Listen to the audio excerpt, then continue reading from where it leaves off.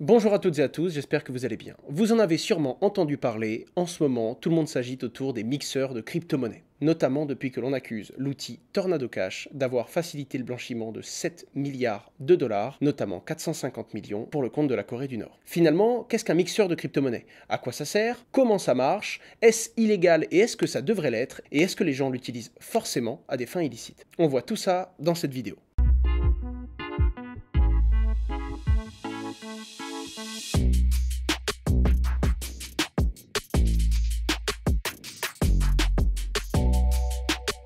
Alors déjà, commençons par rappeler que les transactions dans le monde de la crypto-monnaie ne sont pas anonymes. Vous le savez peut-être si vous me suivez depuis un petit moment, mais les transactions sont dites pseudonymes. C'est-à-dire que sur la blockchain, vous avez une clé publique, d'accord, une adresse sur laquelle tout le monde peut consulter ce qu'il se passe. Que ce soit quand vous receviez des fonds, le sol actuel de votre adresse, les crypto-monnaies que vous détenez dessus, mais également les transactions sortantes. Tant que les gens ne savent pas l'identité qu'il y a derrière une adresse, globalement, vous pouvez très bien suivre 22 27 10 sur la blockchain. Si vous ne savez pas que c'est Owen Simonin derrière cette adresse, ça ne va vous servir à rien. Et à ce moment-là, ma vie privée n'est pas mise en danger parce que vous ne savez pas qui est derrière l'adresse et qui réalise ces transactions. Au début, beaucoup de gens pensaient que les crypto-monnaies étaient totalement anonymes. Vous l'avez peut-être déjà entendu, beaucoup de médias continuent encore à le dire aujourd'hui, mais ce n'est pas du tout le cas. C'est d'ailleurs dans l'essence même de la blockchain, en tout cas des blockchains publiques comme Bitcoin. Pour pouvoir être sûr qu'il n'y ait que 21 millions de Bitcoin et qu'il n'y en ait jamais un de plus, on peut à tout moment regarder l'intégralité des Bitcoins qu'il y a dans la blockchain. Pour pouvoir voir où sont tous les Bitcoins en temps réel et être certain qu'il n'y en ait jamais plus et que personne n'abuse de ce système, l'intégralité du réseau est transparent. C'est donc tout sauf une bonne idée d'utiliser du Bitcoin à des fins illicites, car vous allez laisser définitivement une trace impossible à effacer. Il sera impossible pour vous de revenir en arrière et vous aurez laissé quelque part la preuve que vous avez fait quelque chose d'illégal. Mais au tout début, quand personne ne connaissait la blockchain, encore moins qu'aujourd'hui, et qu'en plus il n'y avait aucun outil pour tracer les transactions, c'était naturellement beaucoup plus complexe de suivre les transactions d'une personne sur la blockchain. De la même façon, dans la plupart des pays, il y a aujourd'hui une régulation, c'est-à-dire que quelqu'un qui vous vend de la crypto-monnaie se doit de réaliser ce que l'on appelle un KYC, c'est-à-dire qu'au moment où il va envoyer de la crypto-monnaie sur votre adresse, on va également prélever votre identité, c'est-à-dire votre nom, votre prénom, votre justificatif de domiciliation et même des informations sur l'origine des fonds, euros ou dollars par exemple, que vous allez donner en échange de cette crypto-monnaie. Ce qui fait que certes, vous êtes caché derrière une adresse, vous avez un pseudonyme, vous pouvez réaliser des transactions, mais en cas de problème, on finira par voir la toute première fois que vous avez reçu de la crypto-monnaie et on demandera à la personne qui vous l'a vendue ou qui vous l'a donnée de rendre des comptes, notamment sur votre identité. Et c'est donc pour ça qu'en 2017-2018, dès qu'on a commencé à mettre en place un cadre légal et également des KYC, la plupart des plateformes qui utilisaient et qui ont utilisé un jour, même il y a très longtemps dans le passé, les crypto-monnaies pour vendre des produits illégaux, notamment sur le Deep Web,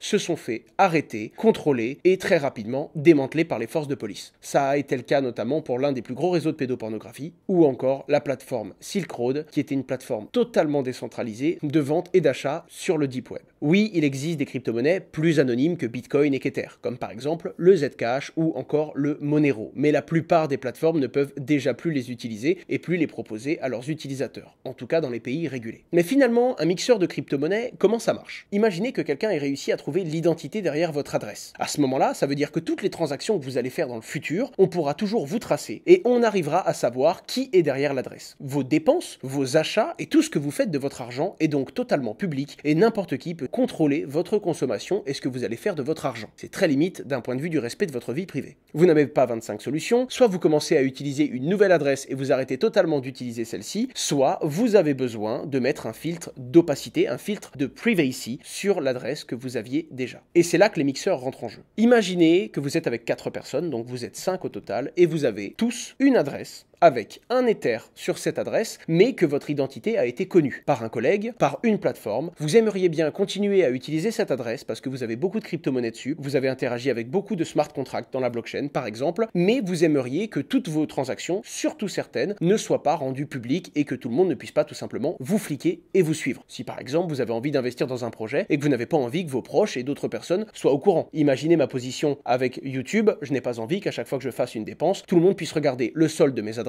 dans quel projet est-ce que j'investis, où est-ce que je mets mes fonds, les crypto-monnaies que je détiens, etc., etc. Et donc, j'aimerais pouvoir envoyer un Ether sans que tout le monde puisse me suivre. Le concept du mixeur est très simple. Imaginez une boîte noire, une urne, dans laquelle moi et 4 autres personnes vont venir déposer un Ether. Sur la blockchain, on peut donc voir que ces 5 personnes ont fait une transaction sortante et ont envoyé un Ether vers le mixeur. Le mixeur va me donner un droit, le droit de venir retirer un Ether. Évidemment, il y a une petite commission qui va aller de 1 à 5% en fonction de la plateforme et de l'outil que vous allez utiliser. Mais je vais pouvoir revenir demain, après-demain, dans 2 semaines ou même dans plus longtemps, fournir cette preuve au mixeur, la preuve que j'ai bel et bien déposé un Ether, et le mixeur, lui, va me donner un Ether également. Ce qu'il faut comprendre, c'est que le mixeur ne rend pas totalement anonyme la transaction. Le mixeur vient brouiller les pistes sur le passé et l'historique d'une adresse. C'est-à-dire qu'au moment où je vais venir retirer, on va voir que le mixeur a envoyé un Ether à un individu, peut-être, pourquoi pas, un paiement ou un investissement que je devais faire. Mais si quelqu'un regarde mon adresse dans la blockchain, il voit que j'ai envoyé un Ether au mixeur, mais il ne sait pas quand est-ce que j'ai retiré l'Ether du mixeur et il ne sait pas non plus vers où. Pour reprendre l'exemple de mon urne et pour l'imager à l'écran, si moi et 4 autres personnes venons déposer un Ether, si dans quelques jours ou quelques semaines nous venons tous retirer un Ether, vous ne savez pas à qui appartient l'Ether que je retire. C'est-à-dire que vous ne pouvez plus tracer la transaction car vous ne pouvez pas savoir si j'ai retiré le mien ou si j'ai retiré celui d'une autre personne qui était venue le déposer. On perd donc la traçabilité et on obtient donc un peu plus de discrétion sur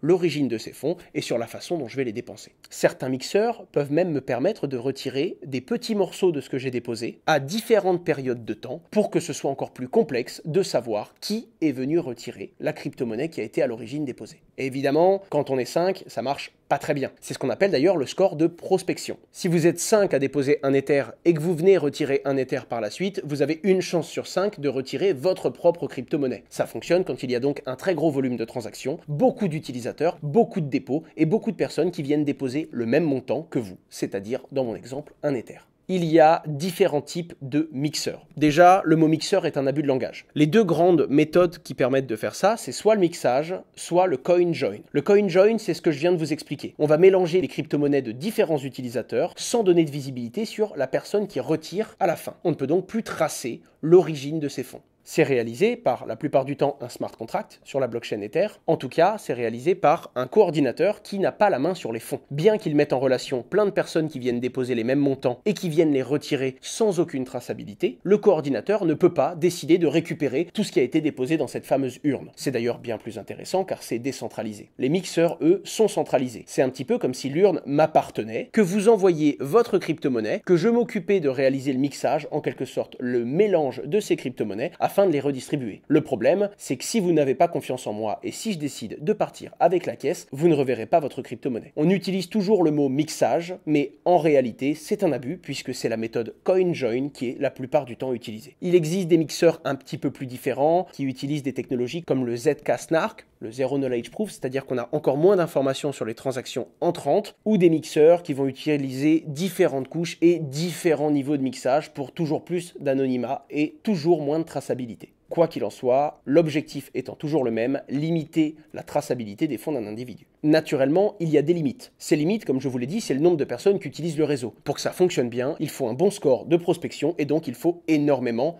de dépôts. Pour reprendre l'exemple de Tornado Cash, qui est maintenant interdit aux États-Unis, quand vous arrivez sur le site, vous pouvez déposer 1, 5 ou 10 Ethers, et évidemment, vous allez rentrer dans une pool où les utilisateurs déposent exactement le même montant que vous, histoire qu'on puisse encore moins vous tracer à la sortie. Si vous venez et que vous déposez 0,174 Ethers et que vous retirez le lendemain 0,174 Ethers, autant vous dire que ce sera pas très dur de vous tracer. De la même façon, si vous faites un très gros dépôt, il y a de grandes chances que vous récupériez vous-même une partie de ces fonds. Même s'il y a énormément de gens et qu'il y a donc un très bon score de prospection, si une seule personne vient et dépose 75% de l'argent qu'il y a dans cette fameuse urne, il y a de grandes chances que quand elle les retire, elle retire une grande partie de ses propres fonds à elle, naturellement. Pour finir, certaines nouvelles méthodes de mixage, utilisant des technologies très récentes, ne peuvent pas nous garantir qu'un jour, on ne puisse pas trouver une solution de revenir en arrière et de comprendre comment est-ce que les fonds circulaient, afin de finalement revenir aux propriétaires d'origine de ces fonds. En théorie, notamment sur Bitcoin avec la méthode CoinJoin, s'il y a suffisamment de volume, suffisamment d'utilisateurs, on ne peut pas remonter et revenir à l'origine de ces derniers. Le problème, c'est que naturellement, si vous êtes totalement anonyme, bien que ça respecte totalement votre vie privée, certains, eux, utilisent ces outils pour des activités totalement illicite. On en arrive à l'éternelle question de l'anonymat. Parce qu'on le rappelle, dans la Déclaration universelle des droits de l'homme, à l'article 12, le respect de la vie privée est un droit fondamental.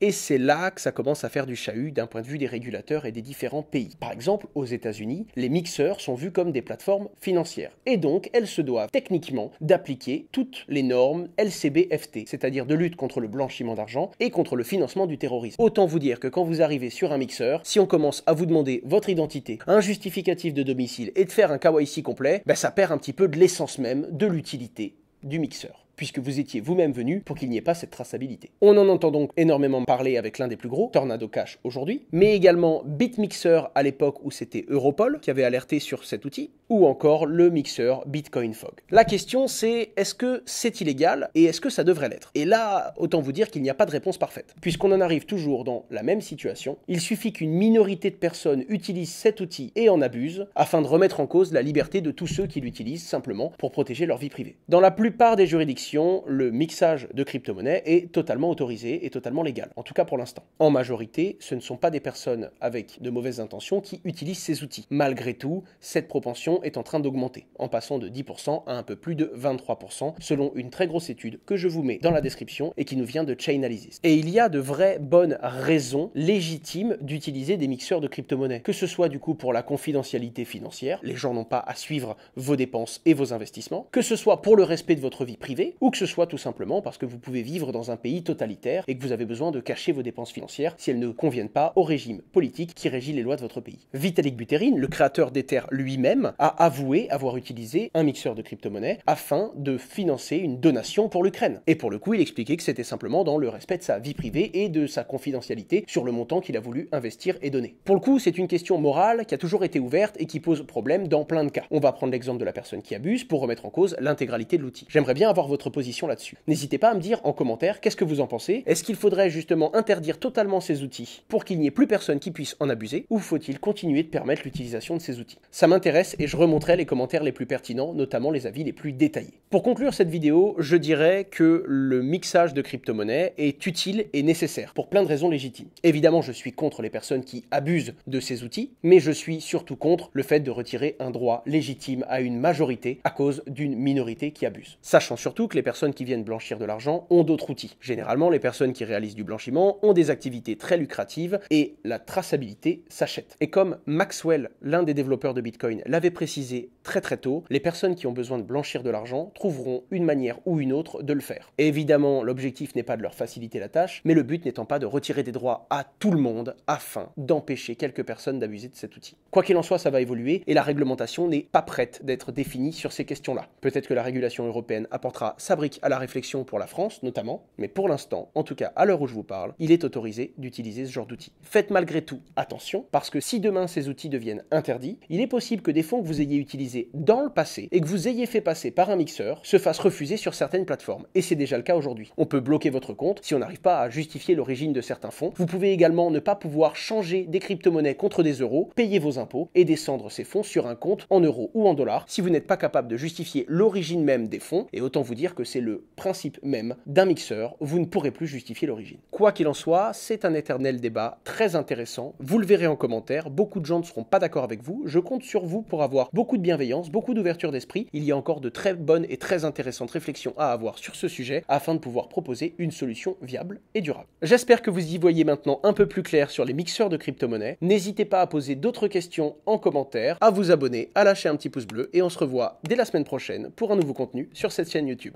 Au revoir!